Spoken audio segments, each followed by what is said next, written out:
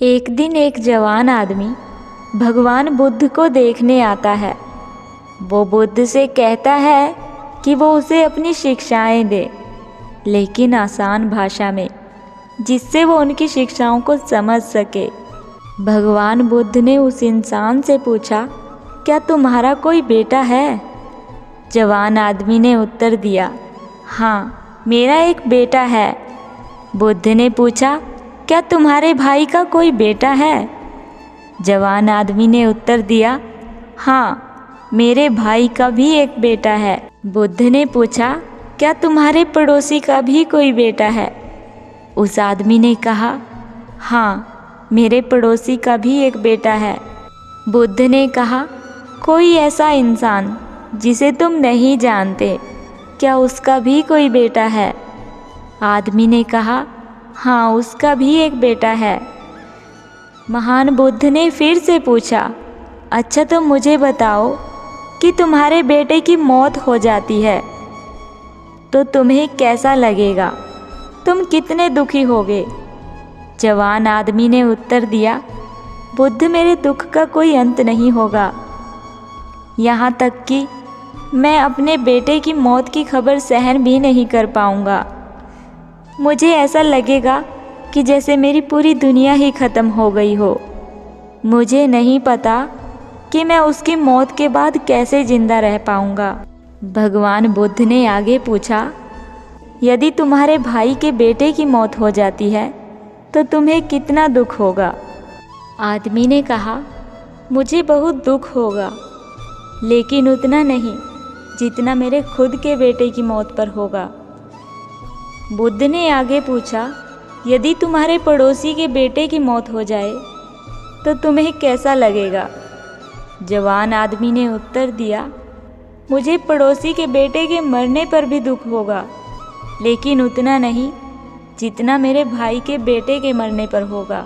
भगवान बुद्ध ने फिर से पूछा, अगर उस इंसान के बेटे की मौत हो जाए जिसे तुम जानते नहीं तो तुम्हें कैसा लगेगा? उस जवान आदमी ने उत्तर दिया, मुझे कोई दुख नहीं होगा, क्योंकि मैं उसे जानता ही नहीं।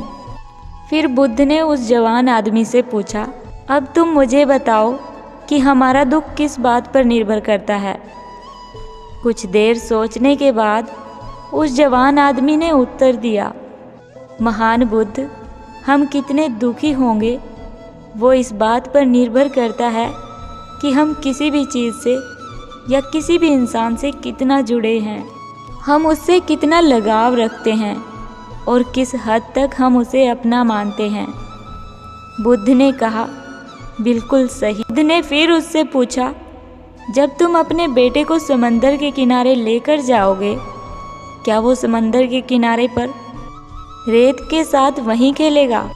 आदमी ने कहा, हाँ बुद्ध, बिल्कुल, वो वहीं खेलेगा। बुद्ध ने फिर कहा, जब समंदर की लहरें तुम्हारे बेटे द्वारा बनाए गए रेत के घर को तोड़ देंगी तो क्या वो रोएगा? आदमी ने कहा, हाँ बुद्ध, वो बिल्कुल रोएगा। बुद्ध ने कहा, क्या तुम भी उसके साथ रोओगे? आदमी ने कहा, नहीं बुद्ध, मैं नहीं रोऊंगा। बुद्ध ने कहा, तुम क्यों नहीं रोओगे?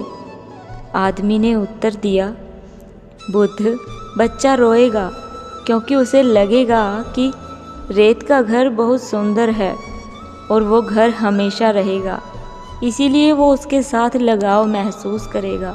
बच्चे की भावनाएं उस घर के साथ जुड़ जाती हैं, जबकि मैं जानता हूँ कि वो रेत का घर हमेशा के लिए नहीं रहेगा। कुछ समय बाद लहरों से उसे टूटना ही है, इसीलिए वो समुद्री लहरों से टूटता है, तो मुझे दुख नहीं होगा। महान बुद्ध मुस्कुराए और कहा, अब तुम समझ गए हो। अगर तुम इस ब्रह्मांड में सत्य को जानने का प्रयास नहीं करते, तब तुम इस संसार में बस यूं ही चलते रहते। तब तुम में और रेत के घर को टूटता हुआ देखकर रोने वाले बच्चे के बीच में कोई फर्क नहीं रह जाता। अगर हम अपने जीवन में देखें तो महान बुद्ध हमें क्या सिखाना चाह रहे हैं?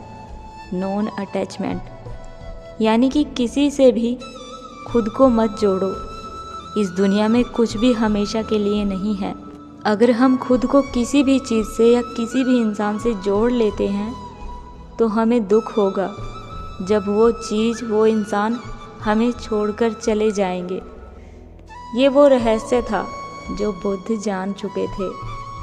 शांति पाने का केवल एक ही तरीका है और वो है नॉन अटैचमेंट, क्योंकि इस दुनिया में सब कुछ सिर्फ एक भ्रम है और इस भ्रम से आप अपने लिए क्या चुनते हैं ये आप पर ही निर्भर करता है। क्योंकि जैसा आप अपने जीवन को देखना शुरू कर देंगे ये वैसा ही बन जाएगा।